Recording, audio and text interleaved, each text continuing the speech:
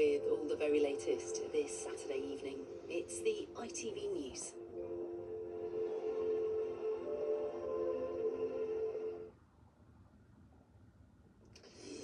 Storm Gerretti claims the life of a man in Cornwall.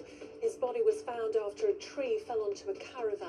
Meanwhile, thousands are still without power amid a flurry of new Met Office warnings for the rest of the weekend.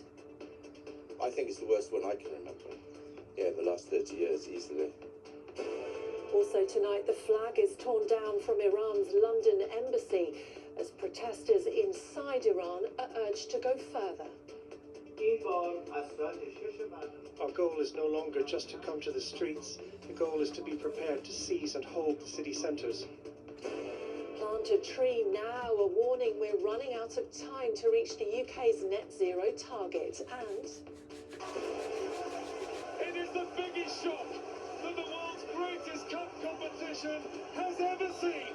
Holders Crystal Palace are knocked out of the FA Cup by 6th tier Macclesfield.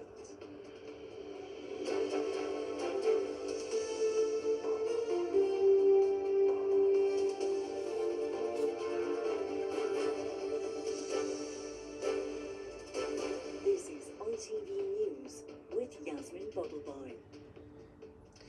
Good evening. It had been thought that Storm Gerretti, while ferocious, had not claimed anyone's life. But today it's been revealed that a man in his 50s was killed when a tree fell onto a caravan in Cornwall. The council there has described the storm as one of the most severe in living memory. Thousands of properties, mostly in the southwest and the Midlands, are still without power this evening.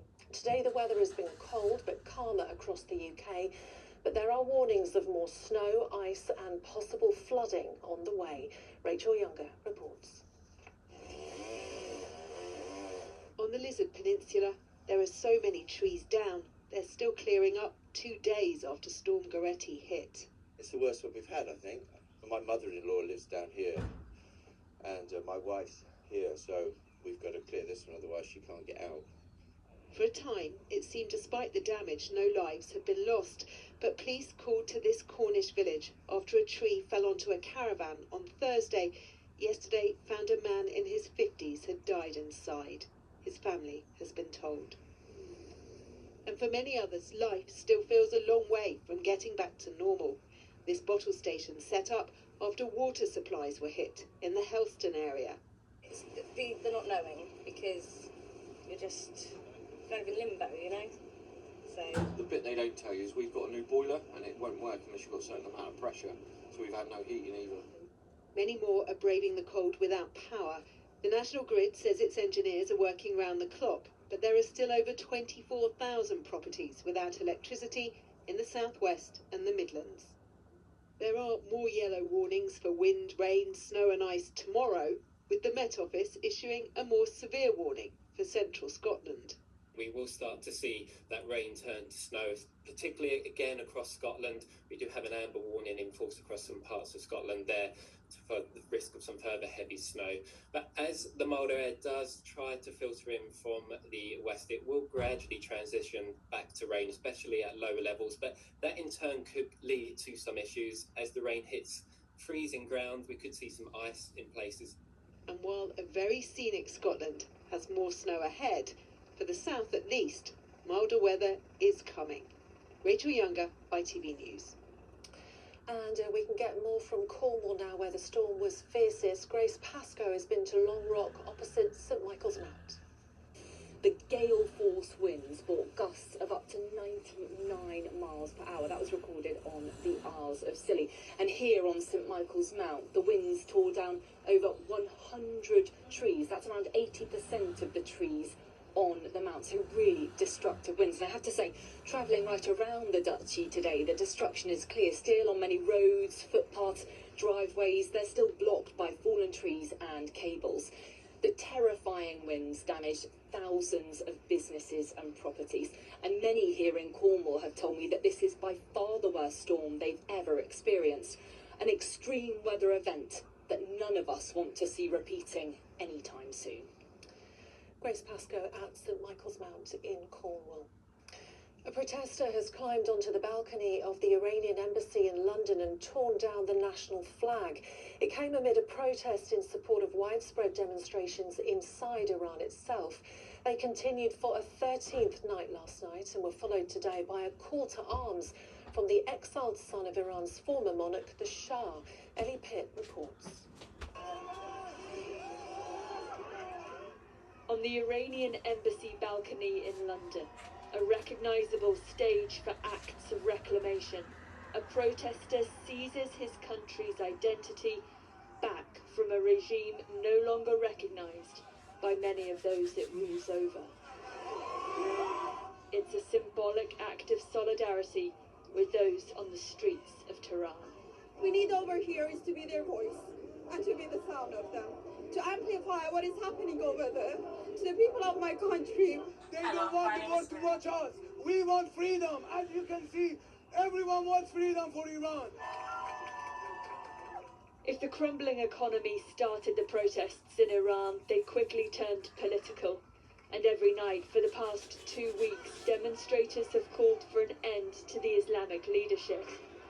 But to fight back is to fear violence. An American-based human rights agency says 50 civilians have been killed. According to some, it is President Trump's promise of retaliation if the supreme leader kills his own people that has boosted the crowd's confidence. What has been different has been support or the lack of from the external powers, specifically Europe, UK and America. And with that, we are now seeing the support, at least in form of social media messages from President Trump, that has made people braver to come out. In the capital, they hold up pictures of the man some want to take over. His is a familiar face. He's the son of the last Shah, representing a monarchy that was ousted from power during the 1979 revolution. From his home in exile, he has supported the rallies. To protest in Iran is to risk your life. But for thousands of people, the potential reward of that risk, regime change, has made it worth taking. Ellie Pitt, ITV News. Donald Trump has issued another stark warning to Greenland, saying the US will intervene and take control of the island, either the nice way or the more difficult way. The US president says it's vital for America to keep Russia and China out. Our Europe editor James Mates is in Greenland. There have been serious efforts in recent days to try and lower the temperature on this dispute over Greenland, with a meeting planned and talk now of buying Greenland from Denmark rather than potentially seizing it by military force. But then last night, in impromptu remarks, President Trump raised the temperature right back up again, making it perfectly clear how he intends this to play out. We are going to do something on Greenland, whether they like it or not, because if we don't do it, Russia or China will take over Greenland, and we're not going to have Russia or China as a neighbor. So we're going to be doing something with Greenland, either the nice way or the more difficult way. A meeting is planned for early next week between US Secretary of State Marco Rubio and the Danish government. It's not clear whether the Greenlanders will be invited to that meeting. But all 5 of the political parties here produced an extraordinary statement today in which they said, we don't want to be Danish, we don't want to be American, we want to be Greenlanders. Whether anyone either in Copenhagen or Washington is listening to their views is not at all clear. James Mates reporting from Greenland. In other news, Elon Musk has accused the UK of having a fascist government after ministers stepped up threats to ban his social media site X over AI-generated sexualised images. The world's richest man claimed critics of X want any excuse for censorship. He appeared defiant after widespread outcry over the platform's Grok artificial intelligence feature that can be used to create deepfake naked images of people, including children. And it's understood the Home Secretary plans to remove government support from some asylum seekers in a bid to close more migrant hotels more quickly. The government sources say it will affect thousands of people, with evictions beginning in the spring. Next, to help combat climate change, the government plans to plant millions of carbon-capturing trees. But analysis by an independent climate watchdog suggests they're not doing that quickly enough and are set to miss crucial targets. Our science correspondent Martin Stew has been to Gloucester, when volunteers are reforesting in a race against time. If the UK wants to hit net zero by 2050, it needs to help nature absorb carbon, as well as reducing how much we emit. On Hawthorne. That's why this team are planting trees in their lunch hour. Trees suck carbon from the atmosphere, but according to analysis shared exclusively with ITV from the Energy and Climate Intelligence Unit, we're falling badly behind. Tree planting is a little bit like investing in your pension. The earlier you do it, the more chance there is for the tree to mature and the benefits, in this case capturing carbon, to kick in. The trees that we plant in the next 5 years contribute over 70% of the carbon removal between now and 2050 from new tree planting. Are we on track? In short, no. The planting gap that we see is equivalent to an area the size of 3 times London. To get back on target, we need to cover 200,000 football pitches worth of land in trees in the next 5 years. It needs to be done without undermining the integrity and the thoughtfulness of making sure that we're planting the right tree in the right place for the right reason. You can hear that's a great tip, singing.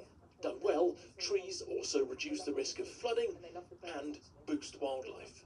So what we want to encourage here is a diversity of ages in the plants that we have. So we want the tall canopy trees for species such as tawny owl. We have lots of goldfinches living on the site, which like the smaller scrubby bushes, and then we also want those for the invertebrates that small birds feed on. So it's all about that mix then? Absolutely, all about the mix.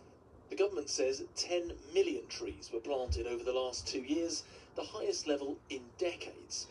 But they still cover just a 20th of the new area we need wooded by 2030. Martin Stew, ITV News, Gloucester. Finally, it will go down as one of the greatest shocks in the long history of the FA Cup. Premier League side Crystal Palace, fairy tale winners of last season's competition, were sensationally knocked out today by non-league Macclesfield, a team 5 divisions and 117 league places below them. Chris Scudder was watching. As FA Cup falls from grace go, this will take some beating. Palace's stars were outfought when the going got tough by the bravest of underdogs.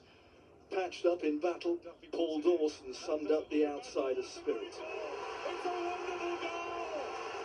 A goal he'll remember for the rest of his life. The Premier League elites were reduced to a rabble on an alien artificial pitch, humbled by a non-league club that went bust only 5 years ago. Isaac Buckley Ricketts made it 2-0. It all seemed hard to believe for Macclesfield owner Rob Smethurst. For the Palace fans and manager Oliver Glasner, it was worlds away from Wembley glory last May. They did pull a goal back in the dying moments, prompting minutes that felt like hours for the Macclesfield faithful. But it was too little, too late for the big boys. What a day for manager John Rooney, brother of Wayne, the day when David slayed Goliath. Palace will know it should never have happened, and it was left to England star Mark Gahey to apologise to the disbelieving, travelling Palace faithful. It's just extraordinary. It's hard to kind of overstate this, isn't it? What an upset this was. Seismic result, really, the greatest in the history of the competition. For comparison, Man City beat Exeter, who are League One, 10-1 today, and Exeter are 3 divisions above Macclesfield. 117 league places, that's the biggest gap between two sides for an upset in the history of the competition. That shows you how big it is.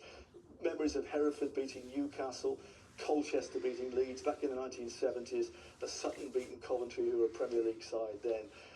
So, yeah, seismic stuff. Palace only themselves to blame, really. I mentioned those games. They never used to rest players in those days. But today, they left out some of their stars, Palace, and it really backfired on them. But having said that, Mark Gahey played, Adam Wharton, both England players, and they've been knocked out of the FA Cup. 8 months on from their glory day themselves as fairy tale winners. The magic of the Cup is still very much alive. Oh, well, Chris, thank you. and that's it from us for the moment. We'll be back with the late news a little bit earlier than usual tonight at 9:30. The news where you are is next. Bye for now.